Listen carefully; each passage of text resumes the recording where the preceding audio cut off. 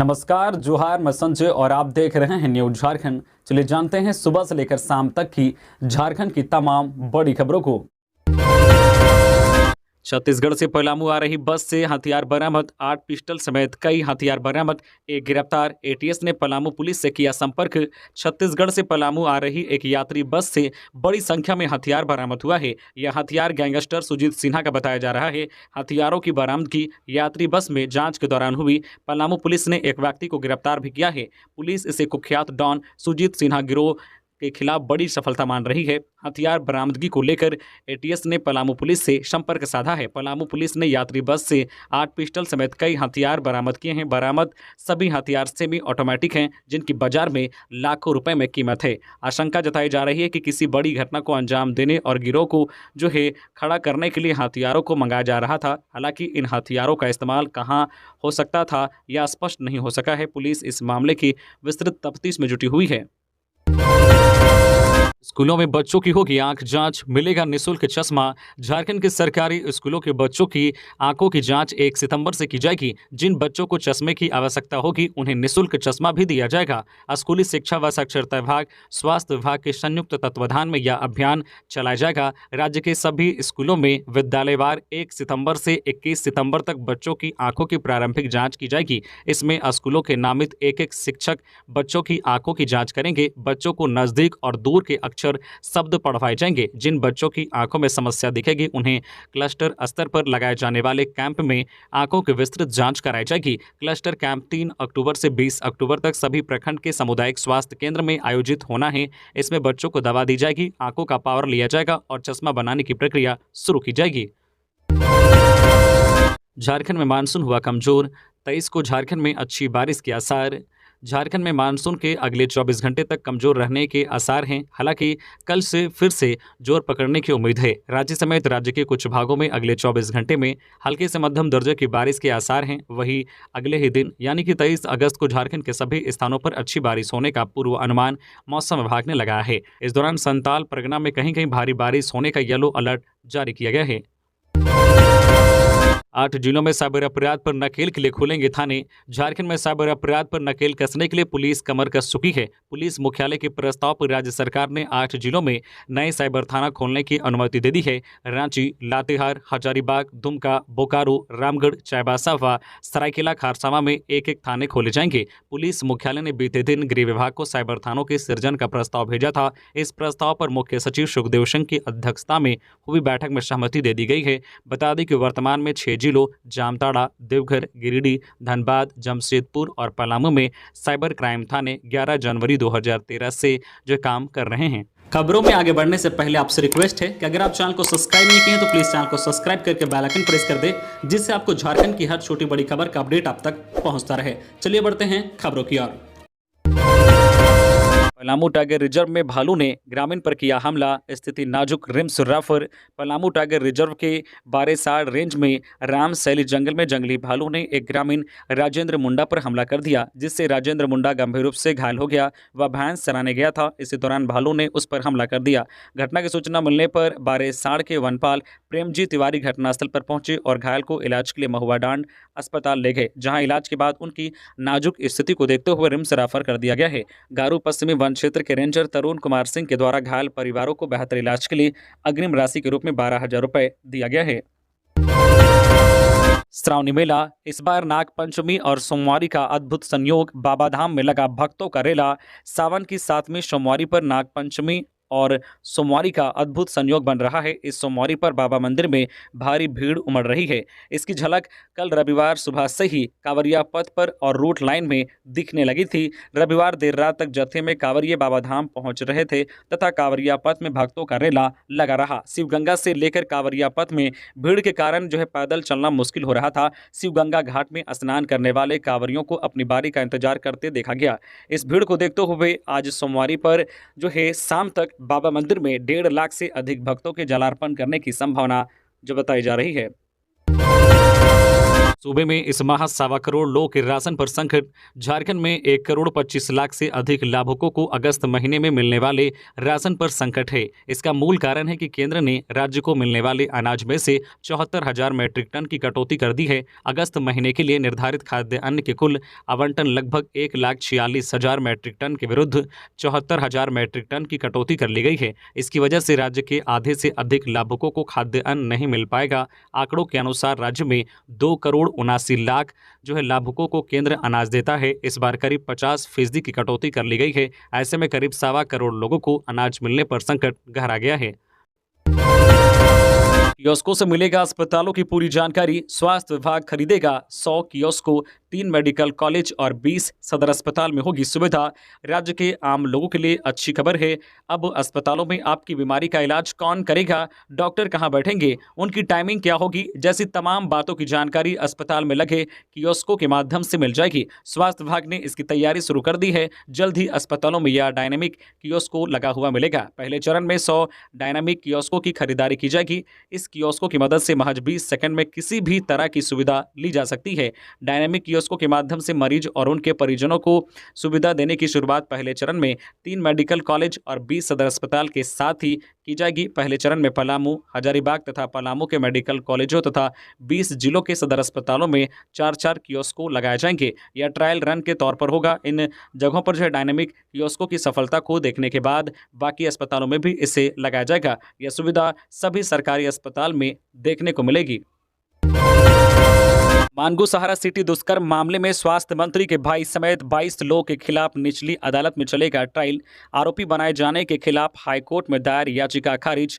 जमशेदपुर के मानगू सहारा सिटी में नाबालिग से दुष्कर्म और देह व्यापार कराने के मामले में राज्य के स्वास्थ्य मंत्री बन्ना गुप्ता के भाई गुड्डू गुप्ता, तत्कालीन डीएसपी और थानेदार समेत 22 लोगों को आरोपी बनाए जाने को लेकर जमशेदपुर की निचली अदालत द्वारा जारी समन को चुनौती देने वाली याचिका पर झारखंड हाईकोर्ट ने सोमवार को फैसला सुनाया। कोर्ट ने मामले में दायर सभी 16 आरोपियों की याचिका को खारिज करते हुए निचली अदालत द्वारा इन्हें मामले में आरोपी बनाए जाने के आदेश को सही ठहराया। अब आरोपियों के खिलाफ निचली अदालत में ट्रायल चलेगा।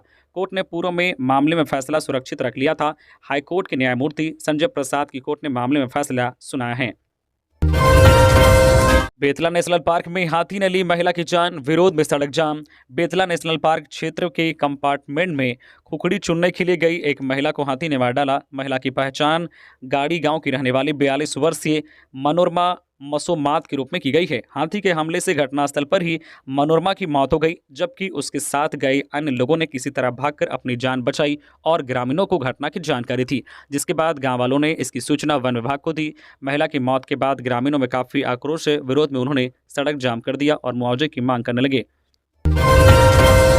अब हर परीक्षा में एआई का होगा इस्तेमाल, नकल और फर्जीवाड़े पर लगेगी रोक। नेशनल टेस्टिंग एजेंसी एनटीए अब परीक्षा में पारदर्शिता लाने के लिए आर्टिफिशियल इंटेलिजेंस एआई का इस्तेमाल करेगी। इसका ट्रायल भी सफल रहा है। अब हर परीक्षा में नकली परीक्षार्थियों को पकड़ने के लिए एआई टूल का उपयोग होगा। हाल ही में एनटीए ने नोएडा, कोलकाता और रुड़की में ईपीएफओ सामाजिक सुरक्षा सहायक परीक्षा में बैठने वाले 3 मुन्ना भाई को एआई टूल के माध्यम से पकड़ा था।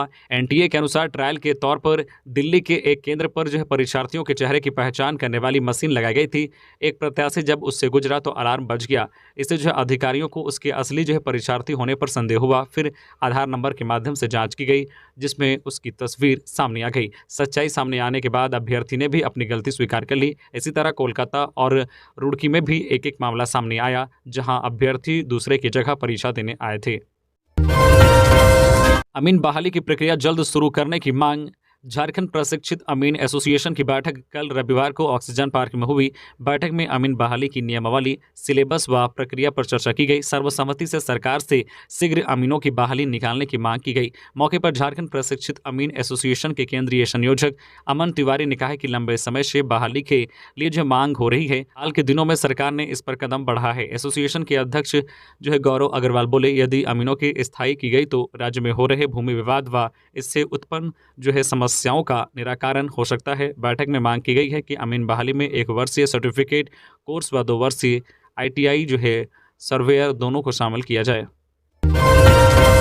नक्सल क्षेत्र राजाबासा में पेड़ से लटका मिला व्यक्ति का शव, 24 घंटे में 2 हत्या से क्षेत्र में सनसनी। पश्चिमी सिंहभूम जिले में भाकपा माओवादी नक्सलियों ने 24 घंटे के भीतर 2 लोग की मौत के घाट उतार देने से क्षेत्र में दहशत का माहौल उत्पन्न हो गया है। रविवार की रात गोइलकेरा थाना अंतर्गत घोर नक्सल प्रभावित राजाबासा के लावा बेड़ा गांव में अर्जुन सोरेन नामक एक व्यक्ति को नक्सलियों द्वारा हत्या कर पेड़ पर लटका दिया है। नक्सलियों ने मृतक पर पुलिस मुखबिरी का आरोप लगा है। घटनास्थल पर नक्सलियों द्वारा पर्चा छोड़ा गया है या नहीं, ये अब तक साफ नहीं हो पाया है, लेकिन हत्या को लेकर पूरे क्षेत्र में दहशत है। हालांकि अभी तक इसकी आधिकारिक पुष्टि नहीं हो पाई है। पुलिस के घटनास्थल पर पहुंचने के बाद ही मामले का खुलासा होगा कि उसकी हत्या नक्सलियों द्वारा की गई है या किसी और कारण से हुआ है। लेकिन चर्चा है कि नक्सलियों द्वारा पुलिस मुखबिरी का आरोप लगाकर उसकी हत्या की गई है। आपको बता दें कि नक्सलियों द्वारा पुलिस मुखबिरी के आरोप में शनिवार की मध्य रात्रि में गोइलकेरा थाना अंतर्गत गीतीलपी में रांदो सुरीन का गला रेतकर हत्या कर रोड पर फेंक दिया गया था। विधायक आलोक चौरसिया की उम्र जांच कराने सुप्रीम कोर्ट जाएंगे केएन त्रिपाठी, हाईकोर्ट के फैसले से हैं असंतुष्ट। पलामू का बहुचर्चित विधायक आलोक चौरसिया वर्सेस पूर्व मंत्री केएन त्रिपाठी मामला फिर से चर्चों में आ गया है। पूर्व मंत्री त्रिपाठी के बयान के बाद फिर से अटकलों का बाजार गर्म हो गया है। इससे पहले अगले सप्ताह हाईकोर्ट द्वारा इस मामले में केएन त्रिपाठी की याचिका खारिज कर विधायक आलोक चौरसिया के पक्ष में फैसला सुना गया था, जिसके बाद लोगों का मानना था कि यह विवाद अब यहीं नहीं रुक जाएगा। लेकिन पूर्व मंत्री केएन त्रिपाठी ने सोमवार को मीडिया के सामने यह बयान दिया है कि वे हाईकोर्ट के फैसले से संतुष्ट नहीं हैं। इस मामले को लेकर अब वे सुप्रीम कोर्ट जाएंगे। सरकारी शिक्षकों के ट्रांसफर पोर्टल में कई खामियां समीक्षा के दौरान आई सामने। झारखंड के सरकारी शिक्षकों के ट्रांसफर को लेकर स्थानांतरण पोर्टल बनाया गया है। इस पर शिक्षकों का डेटा अपलोड करना है। अपलोड कराए जा रहे डेटा में काफ़ी त्रुटियां पाई जा रही है। इसका खुलासा रांची जिला शिक्षा अधीक्षक मिथिलेश केरकेट्टा के पत्र से हुआ है। उन्होंने रांची 1 और 2 के अवर विद्यालय निरीक्षक और सभी प्रखंड शिक्षा प्रसार पदाधिकारी को इस बाबत पत्र लिखा है। विवरण की जांच और सत्यापन के बाद पुनः संशोधन कर उपलब्ध कराने के निर्देश दिए हैं। जिला शिक्षा अधीक्षक ने लिखा है कि विभाग के निर्देश के अनुसार जिले के प्रारंभिक शिक्षकों के स्थानांतरण के लिए शिक्षक स्थानांतरण पोर्टल का निर्माण किया गया है। संबंधित शिक्षकों का स्थानांतरण पोर्टल के माध्यम से ही किया जाना है। इसके लिए आपके द्वारा उपलब्ध कराए गए सभी कार्यरत शिक्षकों से संबंधित डेटा पोर्टल पर अपलोड किया गया था। इसमें समीक्षा के क्रम में त्रुटियां पाई गई है, जो अत्यंत खेद का विषय है। हाजत में गिरिडीह पुलिस की पिटाई से एक व्यक्ति की मौत। बेंगाबाद थाना की घटना। गिरिडीह के बेंगाबाद थाना की हाजत में पुलिस की पिटाई से एक व्यक्ति की मौत हो गई है। घटना के बाद परिजनों में पुलिस प्रशासन के खिलाफ काफी आक्रोश है। बेंगाबाद थाना की पुलिस मां की हत्या मामले में शख्स को पूछताछ के लिए हिरासत में लेकर आई थी। ईडी के गवाह विजय हांसदा का ऑडियो हुआ वायरल। साहिबगंज में 1000 करोड़ के अवैध खनन के केस में ईडी के गवाह विजय हांसदा और मुकेश यादव के बीच की बातचीत का ऑडियो सामने आया है। इस ऑडियो में विजय यह बोल रहा है कि गुड्डू यानी पवित्र यादव उसे कोर्ट जाने का दबाव डाल रहा है, ऐसे में मुंगेरी यादव से वह कुछ करवा दे। विजय ने पूर्व में पवित्र यादव, पंकज मिश्रा समेत 8 अन्य लोगों पर नींबू पहाड़ी में अवैध खनन का आरोप लगाते हुए केस कराया था। ईडी ने इस केस को अपने ECIR का हिस्सा बनाते हुए विजय को गवाह बनाया था। ईडी के ही केस में पत्थर कारोबारी मुंगेरी यादव भी आरोपी हैं। ऑडियो में विजय या दबाव बनाता प्रतीत हो रहा है कि उसे पवित्र यादव दबाव डाल रहा है, ऐसे में मुंगेरी से कुछ दिलवा दिया जाए। हालांकि न्यूज़ झारखंड इस वायरल ऑडियो की पुष्टि नहीं करता है। संबलपुर जम्मूतवी एक्सप्रेस आज व कल रद्द। भुवनेश्वर धनबाद स्पेशल ट्रेन 29 अगस्त तक कैंसिल। यात्रीगण कृपया ध्यान दें, संबलपुर जम्मूतवी एक्सप्रेस आज व कल रद्द। भुवनेश्वर धनबाद स्पेशल ट्रेन 29 अगस्त तक कैंसिल। पूर्व तटीय रेल में होने वाले आधारभूत संरचना विस्तार के मद्देनजर कई ट्रेन रद्द रहेंगी। संबलपुर से जम्मूतवी जाने वाली ट्रेन 21 व 22 अगस्त को रद्द रहेंगी। वहीं भुवनेश्वर से धनबाद आने वाली स्पेशल ट्रेन 29 अगस्त तक रद्द है। धनबाद से भुवनेश्वर जाने वाली ट्रेन भी 30 अगस्त तक रद्द रहेगी।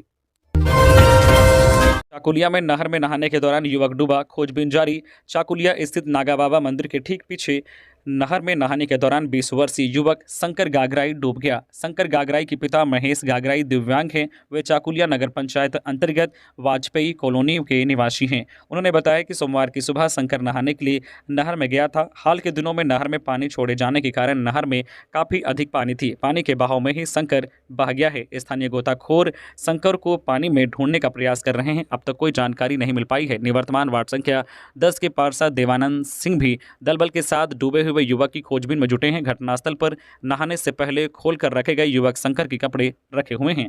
तो ये थी आज की झारखंड की टॉप बड़ी खबरें। इसी तरह से झारखंड की हर छोटी बड़ी खबर देखने के लिए आप हमारे चैनल न्यूज़ झारखंड चैनल को सब्सक्राइब करके बेल आइकन प्रेस कर दें, जिससे आपको झारखंड की हर छोटी बड़ी खबर का अपडेट आप तक पहुंचता रहे।